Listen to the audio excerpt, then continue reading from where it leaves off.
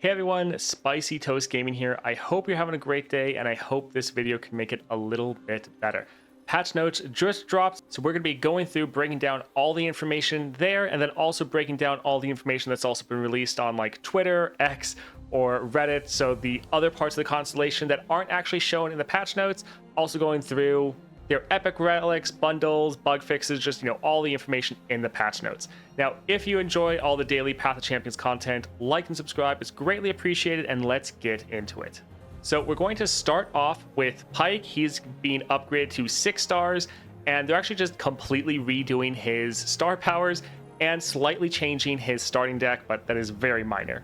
So up first, his new 1 star is this Abyssal Might.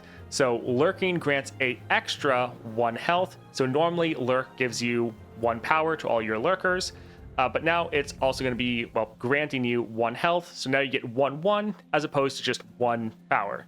So pretty nice right there. Then we have the Phantom Hall. So +1 starting mana, round start. If you have the attack token, summon a Ephemeral Sharkling. Now this Sharkling is your 1-cost lurk card. It being ephemeral is pretty nice because this means you can always try to attack and get your lurk off, even if you didn't have any other units on the board or you didn't want to sacrifice any units because you knew it would be a bad trade. This lets you always try to get your lurk off.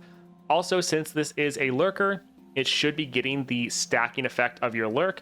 So even though it's a 1-cost ephemeral, it's going to actually be getting bigger and bigger throughout the course of the game. Now your 3-star lurking grants an extra 1/1. So now when you lurk, all of your lurkers are granted 2/1 as far as stats. So you're going to be able to scale up insane throughout the course of the game. Next up for your 4th star power, we have Lie in Wait. So allies everywhere that cost 3 or less are lurkers and have lurk. So nice way to generate lurk for all of your units, at least all of your cheaper ones. Your other units will get covered by some other parts of the constellation that we'll touch on right after this, but great way to just make sure you can consistently get your lurk off. Next up, we have Mana Flow. So normal 5th star power for pretty much everyone. You just get an extra mana gem. Simple, straightforward. Then we have the 6-star. So your spells everywhere have lurk. This is very nice because normally for Pike, you try to cut all your spells because since they didn't have lurk on them for the most part, when you would attack, if a spell was on the top of your deck, it would block your lurk and really cause problems for you. So you don't have to worry about that anymore if you have the 6-star. So your spells everywhere have lurk. When a card lurks, if it's a follower, summon it attacking, otherwise draw it. So this is going to be a way to give you some extra draw, but also just let you cheat out cards. Even though your spells have lurk, you're still going to want to try to get units because when you're lurking, you're going to want to be able to get that unit for free. This is also going to be a very fun way to cheat out more expensive units because if you have a more expensive unit lurk, it's still going to be able to be summoned for free attacking for you. Now note that this is specifically a follower. So this can't summon like a champion or anything like that. It has to be a follower for this to be able to get summoned. Now as far as the deck changes, so the Red Fin Hammer Snout, this is your 2-cost. Used to have the Overwhelm, now it has Speed Wraps, which is going to give you Quick Attack. This is a lot better. Normally you would already try to get Overwhelmed through other means, so the Great Club was kind of wasted. But having Quick Attack is quite nice. This also gives an enemy unit vulnerable, so you can then kind of have a Quick Attack Challenger combo for at least a little bit, which is quite nice. Now, one issue with the star powers is a lot of the ways you're able to give your units lurk is after the 3-star. So the 4th star going to be very helpful, but before this time your lurking is probably going to be a little bit more inconsistent than what it feels like right now. So here are some of the other parts of the constellation that also got revealed. So your support champs have Mariner's Ruse. This is a item that's going to go on the card that gives it 1/1 and turns it into a lurker. So your support champs will be able to have lurkers. And then followers you acquire in adventures that cost 4 or more also have Mariner's Ruse.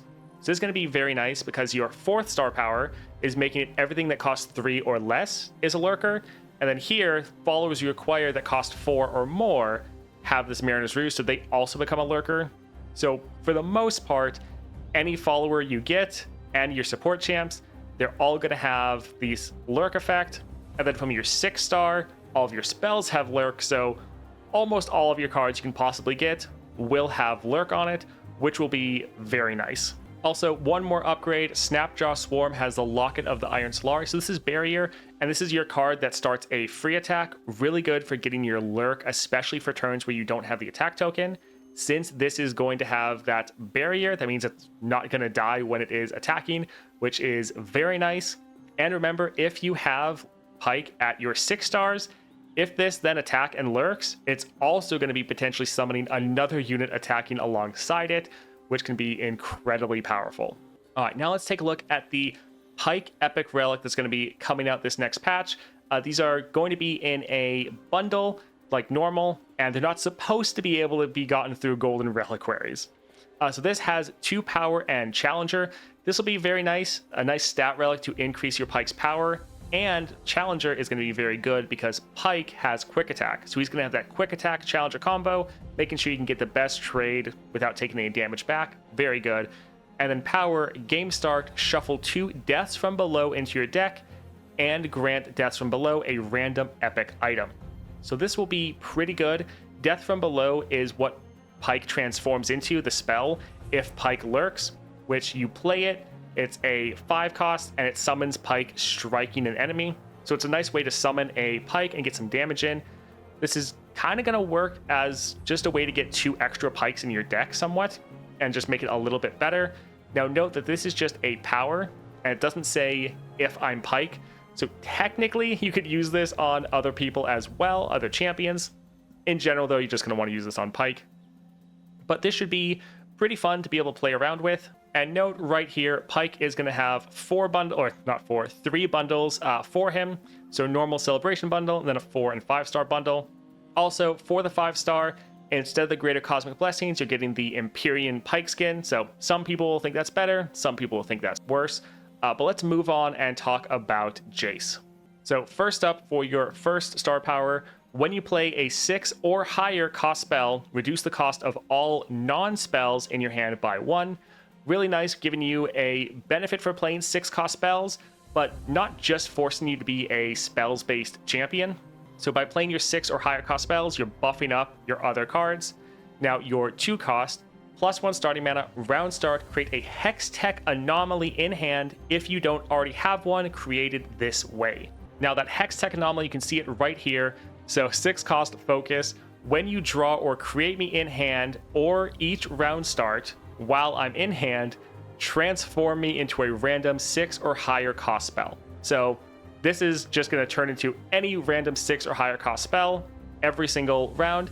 So pretty much for Jace with this star power, you're always just having a 6 or higher cost spell in hand to be able to play. Really nice just to make sure that you can always try to be triggering your star powers if you have the mana for it. So that is quite nice right there. Now for the 3rd star power, when you play a 6 or higher cost spell, reduce the cost of all non-spells in your hand by 1. Then give allies 1 power and a random keyword this round. So this is just give, so it's just going to be temporary, but buffing up your whole board, both with increasing their power and giving them a random keyword, which should be pretty fun. Now for your 4th star power, we have Gearing Up, game start, summon 2 armed gearheads. So this is the 1 cost quick attack augment units. Decent. Would have been better to get something like sorcery here, but still should be pretty good. Summoning units at the start of the game is always strong. You will probably be playing some created cards, so the armed gearhead should be able to scale up through that augment. Then for your 5th star, mana flow, kind of the same as everyone. And then lastly, for your 6th star, we have, after you play a 6 or higher cost spell, deal 10 damage to a random enemy or the enemy nexus if there's none. This is going to be pretty crazy. Now, it is a random enemy, so potentially if the enemy has some big units on their board and then some small ones like a Spiderling or a Poro, you definitely don't want this to hit those units. So this potentially can hit the wrong target since it is random, but this will be able to give you a lot of removal, and it's just further giving you more benefits of playing your 6 or higher cost spells, which I think is pretty fun. So you're going to be playing random big spells that are going to do whatever their effect is, but then they're also going to be nuking the enemy board, or at least a target on the board, buffing up your board, giving you some keywords. It should be pretty fun, but what really brings this together is some of the items in the constellation. So here is the Jace combination you see, or constellation. You see they have them at 5 stars. So this is the only node not open, so this looks like it's a 6 star. I would guess that you start here, so probably 1st star, 2nd star, 3rd, then it goes out. That is guesswork, but we'll have to see. The big upgrade here that they revealed though, spells you acquire in adventures that cost 6 or more have Elixir of Sorcery. Now this is the item that doubles your skill, it just makes it go off again with the same targets. So spells you acquire in adventures, this doesn't mean all spells, just at the after battle rewards or spells you pick up in the shop. Those will all have this Elixir of Sorcery, so they're going to be going off twice. This will be incredibly powerful because not only is it a big spell going off twice, but it should trigger your star powers twice. So it should reduce down the cost of all of your cards in your hand that aren't spells 2 times. It should buff up your board and give them those keywords twice. And it should nuke 2 units on the enemy board or the enemy nexus for each one of these. So that is fantastic. Now, you can also throw on like a Chemtech duplicator on your Jace. So when you have 6 or more mana, your spells are doubled. So that means this would go off again, which again should just trigger all of those effects another time, which should be very fun. And Jace also has the effect of when he is leveled, the first time each round you play a 6 or higher cost spell, it doubles the effect again. So Jace potentially is going to have some pretty crazy combinations if things work out the way I think they should. All right, moving on then, let's look at Jace's Epic Relic. So 1-2 as far as stats. Nice to get something a little bit different than just a +1 starting mana, even though that is strong. When I level up, refill 3 mana. If I'm Jace, refill 6 mana instead. Now this isn't spell mana, this is just mana, which is very nice.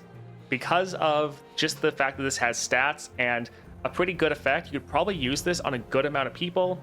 Potentially you could use it on some individuals like Jace to pair it with Luminous Orb and Starforged Gauntlets to get another +1 starting mana anyways. But this will be very nice because if you're playing Jace, you can then refill 6 mana, so then you can immediately play another 6 cost spell, or more cost spell. And remember, Jace, when he levels, the first time each round you play a 6 or higher cost spell, he is also doubling its effect, making it go off again with the same targets. So this could be incredibly powerful for you. Now, I don't think Jace will necessarily be as crazy as some people like Swain or Viego, but I think he's going to be pretty solid. Still, though, we haven't seen what his starting deck is, so what items there are, and we haven't seen much of the constellation other than the star powers and one of the other nodes. So maybe Jace can surprise us and actually be one of the strongest champions in the game. Moving on then, one of the other big new features for this patch is going to be the new weekly nightmares. So we have 3 new weeklies that are going to be a 4.5, a 5.5, and a 6.5 star difficulty adventures. So this will be very fun, giving us new adventures to clear, more rewards to get every single week. I'm not sure the rewards for all of them. I believe for the 5.5, this is a silver star vessel, and for the 6.5, this is a minor gemstone vessel. Not sure about the 4.5 though, but this is going to be great to be able to consistently get some more of our constellation materials every single week, so we can try to keep upgrading our units to their 4 and 5 stars. This is going to be fantastic. Now note that these aren't just going to unlock immediately. These are going to unlock with a new quest chain that's going to start after you've completed, or once you've unlocked the 3 normal sets of weeklies. Now this quest chain, we don't know what rewards it will have other than unlocking these 3 new adventures. Hopefully there's also some other rewards in there, like maybe some Jace fragments, but we'll have to wait and see until the patch actually comes out. Now Jace will also have 3 bundles as well, and for him the 4-star bundle is going to come with a Jace skin instead of, again, the Greater Cosmic Blessing. So some people will think that's better, some people will think it's worse. Nice though that we're getting 3 skins or 3 bundles for each champion, so that no matter what champion you're interested in, if you wanted to get a bundle, you have that available for you. Now, the other kind of biggest change for this patch is they're unfortunately changing both Stabilize and Shadow Totem. So both of these had the effect of when I'm summoned, summon a ephemeral copy of my champion. The one was a power, and then the other one was just a item. Both of these are being changed to now be a play effect. So just the first time you play the unit, they then summon an ephemeral copy, whereas when it was a summon effect, there's a lot of ways you could abuse that to have it happen many more times throughout the course of a game. So quite sad that this is going away. The reason they're doing this is because it was just causing too many bugs, and by making it a play effect, it should be able to fix a lot of those bugs, such as issues with your auto-equipped relics going on the ephemeral copy instead of on your main champion. So still sad overall, but I understand why they're doing it. Also, another change that we don't really know how big it is at the moment, but they're changing some of the offers in the Emporium to provide more options since they're focusing to PvE. So there should be more things for us Path of Champions players. What exactly that's going to be, we don't know yet. All right, last up then, we have some bug fixes. So they fixed an issue where some champion Celestial Bounty upgrades did not appropriately apply to other champions in their regions. So like if you had a reward that gave people extra starting gold for like all your Demacia champions or something like that, some of those weren't working correctly. Fixed an issue where Flowing Chakram didn't show as an elemental skill. Fixed an issue where Bronze Vaults rewards from daily quests were being granted in the background, which was an issue for a while, but these now should be able to be accessed via your mail. Fixed an issue where ambush followers with Poro Fluff did not have the correct stats after transforming from Shadow in the Brush. Fixed an issue where players could not draw cards for multiple rounds when a landmark activates both Home Turf and Farsight. Never saw that, but that sounds terrible. Fixed an issue where multiple champion relics had inconsistent power descriptions. They also fixed an issue where the background image for the Emporium offers didn't transition smoothly. And then lastly, kind of the biggest, is fixed an issue where Volibear's bonus star of discovery incorrectly granted 5 or more cost followers Hardy Rations and Chain Vest. So this is sad. So the Hardy Rations is regen and Chain Vest is tough. This was something that we were hoping that the Constellation description was wrong and that it was giving both of these, because felt way better having both regen and tough. Sad though that apparently that is incorrect, and I guess you're just supposed to have tough, or you're just supposed to have regen, which is a little bit sad. That's it for the patch though. Really exciting. We're getting 2 fun champions added to the game. Well, one getting updated, the other just getting completely added. Also, 3 new weekly adventures in order to clear, just further increasing the amount of repeatable rewards we can get and the more things to do in the game.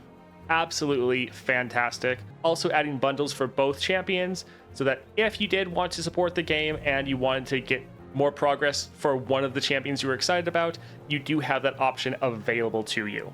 A little bit sad that they're nerfing Shadow Totem as well as Stabilize. That definitely was a very fun combination, so a little sad to see that go. Overall, should be a great patch. Definitely let me know in the comments down below what you think of it. Also, we will be streaming the patch live over on Twitch as soon as it comes out.